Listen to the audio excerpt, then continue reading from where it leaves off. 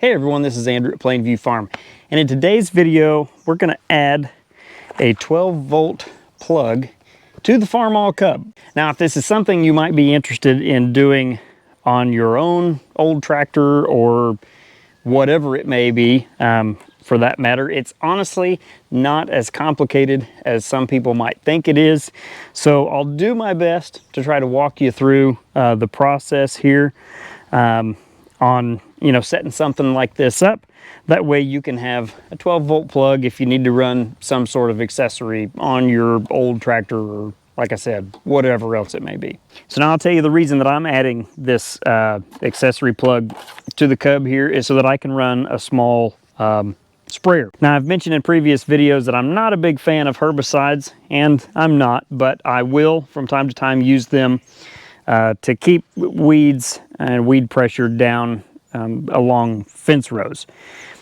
I have found that if you can try to keep that weed pressure down along fence rows, that goes a long way to keeping stuff out of your pasture, so that you don't then have to start looking for ways to remedy your problems whenever you end up with invasive plants, invasive species in your pastures. Now, as many of you know, I am currently renovating a pasture out here by plowing it up in order to get rid of a major infestation, I guess is no better way to put it, of Sericea lespedeza. And I've been told the only two ways to get rid of that stuff is to either spray it or to sink a moldboard plow into it to disrupt the root system. So I chose to disrupt the root system, but the areas along the fence rows that I wasn't able to obviously plow, I am going to spray again in order to try to eliminate the infestation that I'm dealing with here.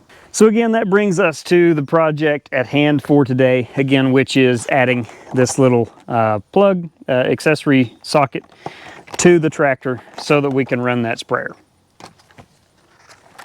Now, what this is just, as I mentioned, just a simple 12-volt socket. Comes with wires already, lead wires attached to it. I just picked this up at the local auto parts store.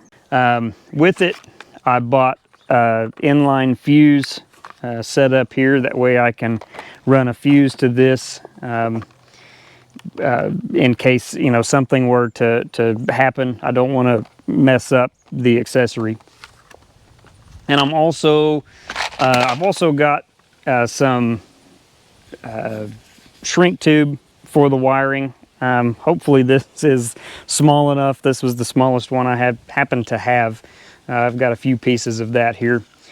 Then I have as well, I have my connectors, splices, those kinds of things in order to get all the wiring done. Some electrical tape, of course. I've got fuses. I've got my wire tools, and I've also got some zip ties as well, depending on where I need to run the wire. These were just kind of a in case I need them situation. So right here is our power switch for the Cub. The battery, I actually don't have it on here right now, but this is a 12-volt system on this Cub. It's been converted over. This again is our power supply, and I'm gonna run our power wire off of this switch. That way we are sure to only have power to the accessory when the power switch is turned on. Last thing we want is there to be power running to this switch all the time, just off of the battery, or at least I don't want that. You might, in which case you can just wire it directly to your battery. But I don't want power running to this unless I have that switch turned on. I honestly don't remember what size that is. 7/8, looks a bit large, and 3/4 looks small. Oh, no, it is a 3/4. How about that?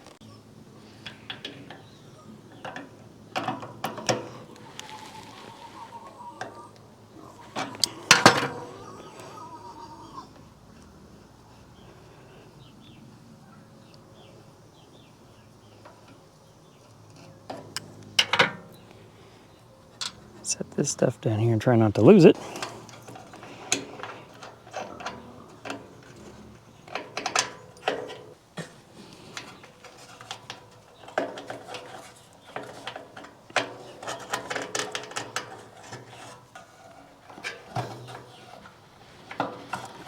So now if you have small hands, you may not have to pull this apart in order to get access to it, but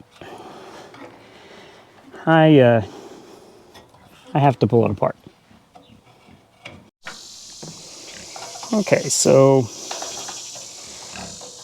if I can get this up here into position, we want to wire in, so as I said, we have power when the switch is on.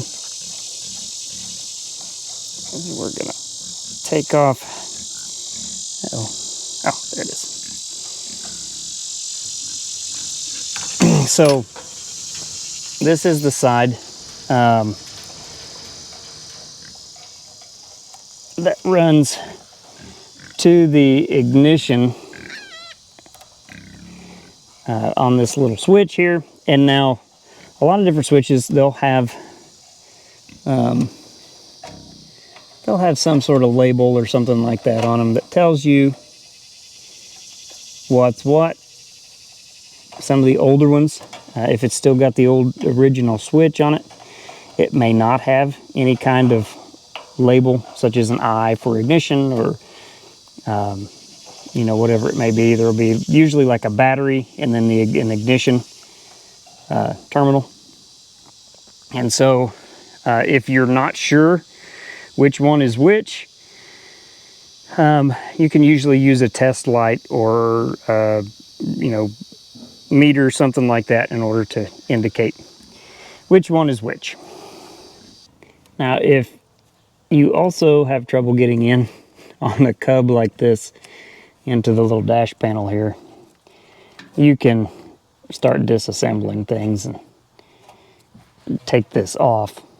Of course, it is helping to hold up the gas tank here, so you know, that's something to consider. But if you really want to be able to see what you're doing really well, you can take that off as well. All right, so we'll start by opening up our power socket, see what we've got, and figure out where we want to mount it. Now, it comes with a whole lot of cord here. We're not going to need all of this. So, all right, the heat is just plain brutal today, so I just now moved over into the shade. But I have the wire trimmed down to where I need it. We'll go ahead and we'll put an end on this will be our ground, and we'll just ground it here to where we're going to connect it, and I'll show you how we're going to do that in just a few minutes. But the first thing I'm going to do is pull this little insulator, if I can, off of this terminal. There we go. Okay, so I pull the insulator off there. I will go ahead and cut me a piece of insul tube here.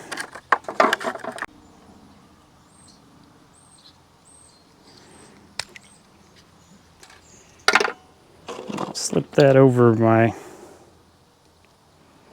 wire.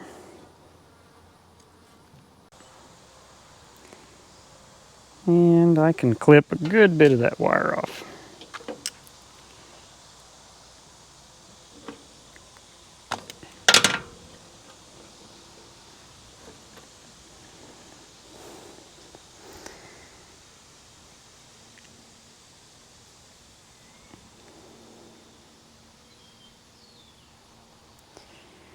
All right, now,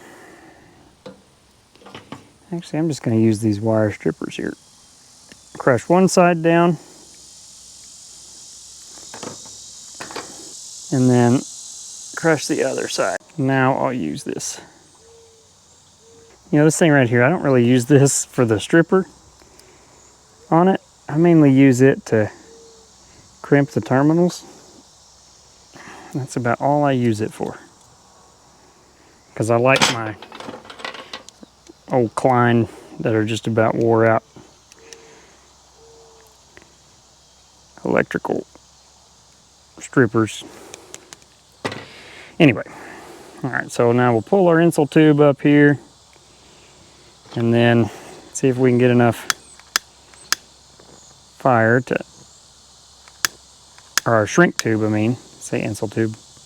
Our shrink tube, oh, look at that. We do have enough fire.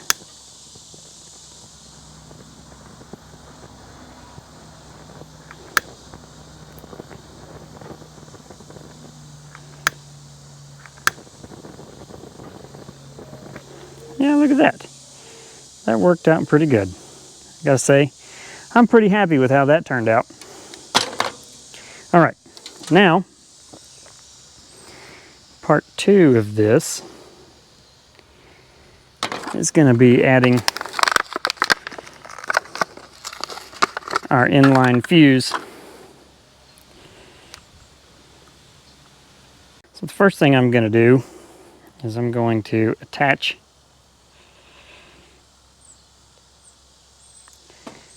a little terminal to one end of our wire.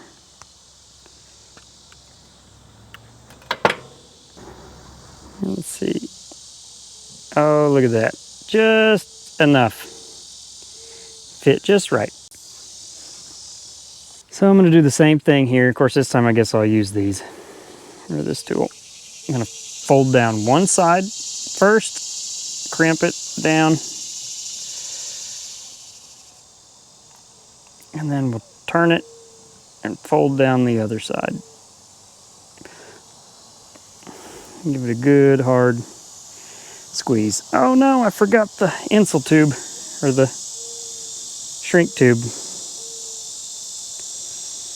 I might be able to slip it over there, we'll see. If not, I guess I can just clip it and do it again. It's one of those things that it's like you have to try to get into the habit of doing. And if you don't do a lot of this kind of stuff, then you don't get into the habit of doing that. Let's see, will the shrink tube fit over it? No, it won't. All right, well that's fine, we can try it again.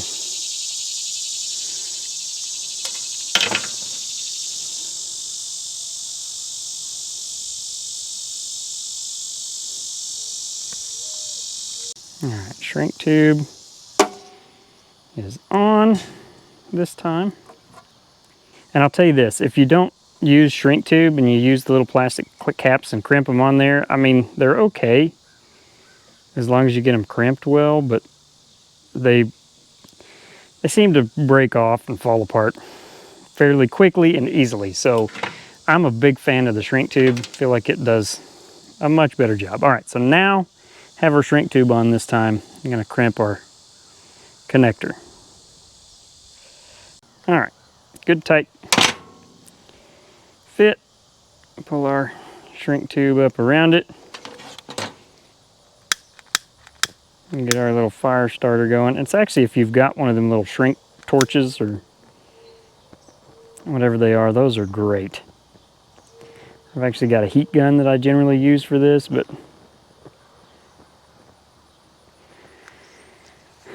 it's one of those things that I've put it somewhere, and I have a bad habit of that. Put my tools away somewhere where I won't lose them, and I can't remember where I put them. Hope I'm not the only one that does that kind of stuff. Or actually, I guess, I hope that you don't do that kind of stuff. It does kind of stink. Next thing we're gonna do is splice our daily bopper here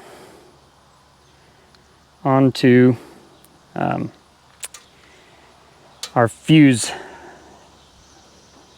inline fuse piece here, which this is a, what is it, a 12?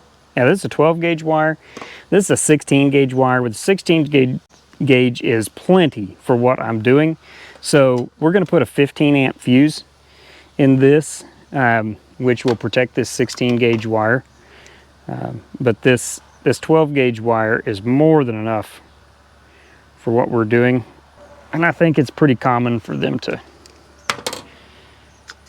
you know, run,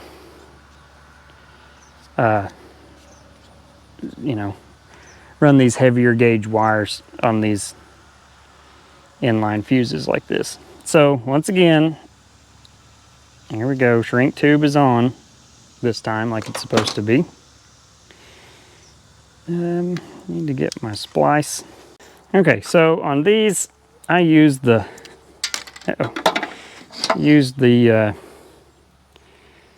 box knife to get, or utility knife, whatever you want to call it, to cut the plastic insulator on this thing. Didn't get it all the way though, because they're a little trickier than just pulling them apart. There we go. That's what it looks like. It's just a steel crimper. We'll drop this over the 10 gauge wire to start.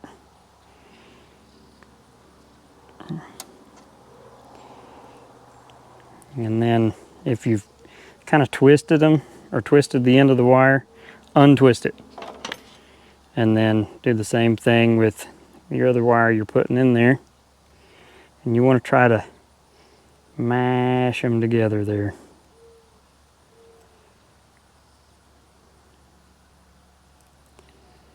Now this can be kind of a pain to try to get everything to go together the way you want it to. So try to be patient. Okay, so now the wires are in there. And this also has a split in it, so we're going to do the same thing here. We're going to crimp one side and then the other. Fold it over on itself. All right, there's one side down. Use these bigger pliers for that.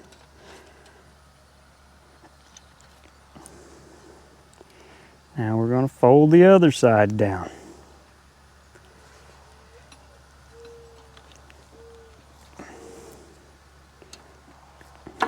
All right, now I'll go ahead and jam it in the old crimper here. Just gonna walk my way down it and crimp it multiple times, try to mash that thing down on that wire.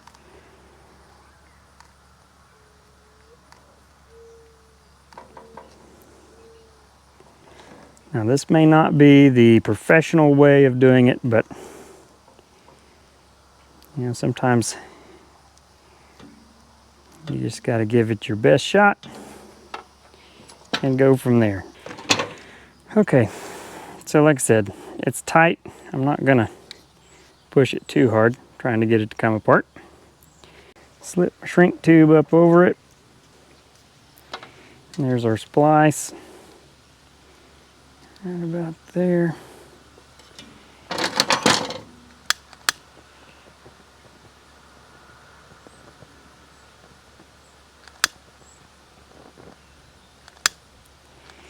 There's just enough of a breeze today. I'm not going to be able to do any spraying today, but at least I can get this put together. There. Now we have our connections all made. And everything is covered up. This is it. This is all I've got. Like I said, fuse goes here. This will connect to our ignition. Whenever we pull that ignition switch on, it'll give us power. And this will connect to our ground up here, where we're going to mount this on a little plate that I have from some old rusty steel that I shot some red paint on, that I'll show you just here in a moment. And this will just mount up here and give us our ground connection. All right, so what I have here is just an old rusty piece of steel that I cut and put a hole in order to mount this thing on. And I'm just gonna mount it right here. Now, there's probably better places, nicer looking places to do this, but this is what I'm going to do simply for convenience. That's what this is about for me. I painted it red because, well, the tractor's supposed to be red, whether it actually is or not. Okay, so we're gonna take this lock washer off of here.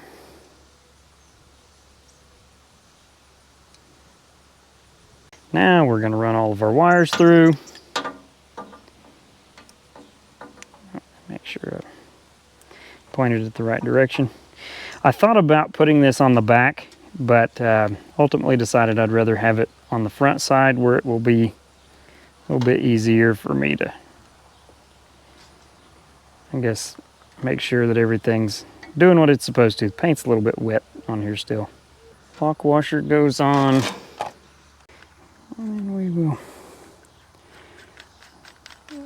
screw this down. Looks straightish, doesn't it?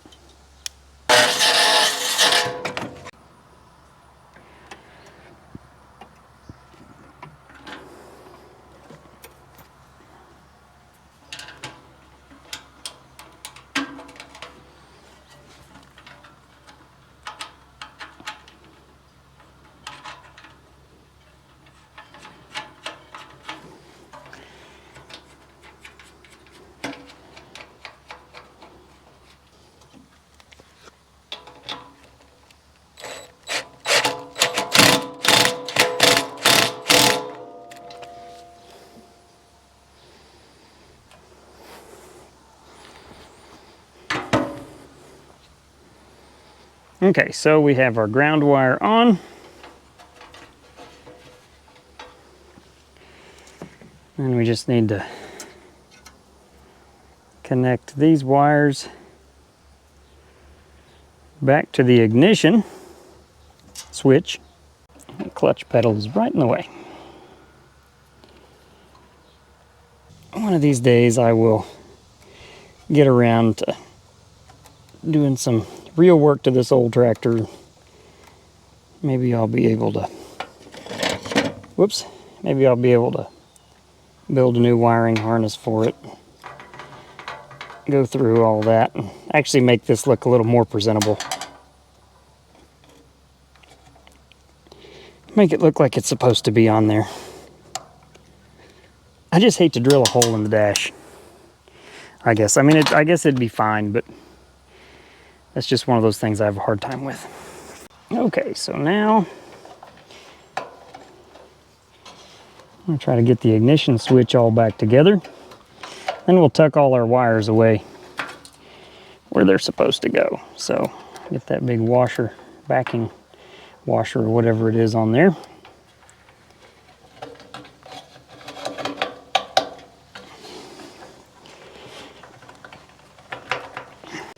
Back through there.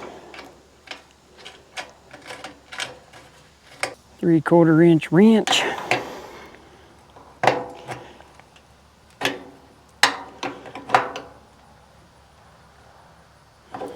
Alright, good and snuggish.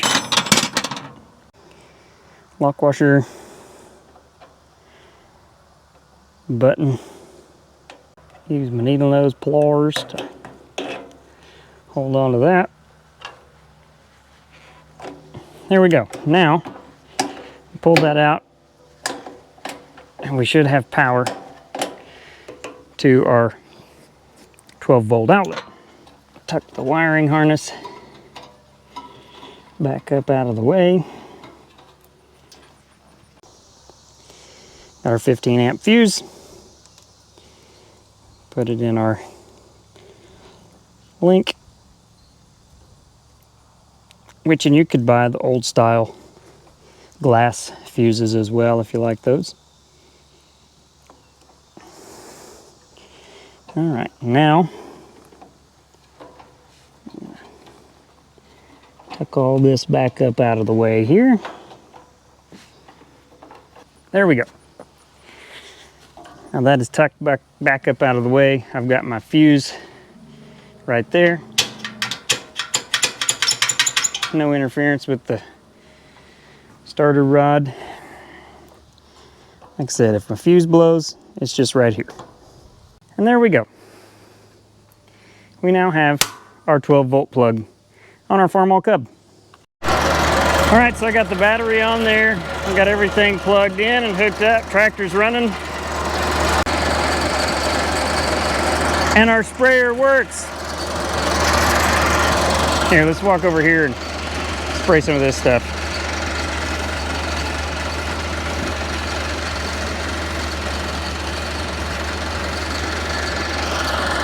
It works.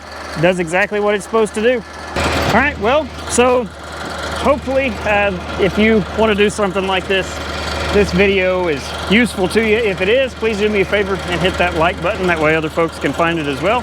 And as always, I appreciate you watching. We'll see you next time.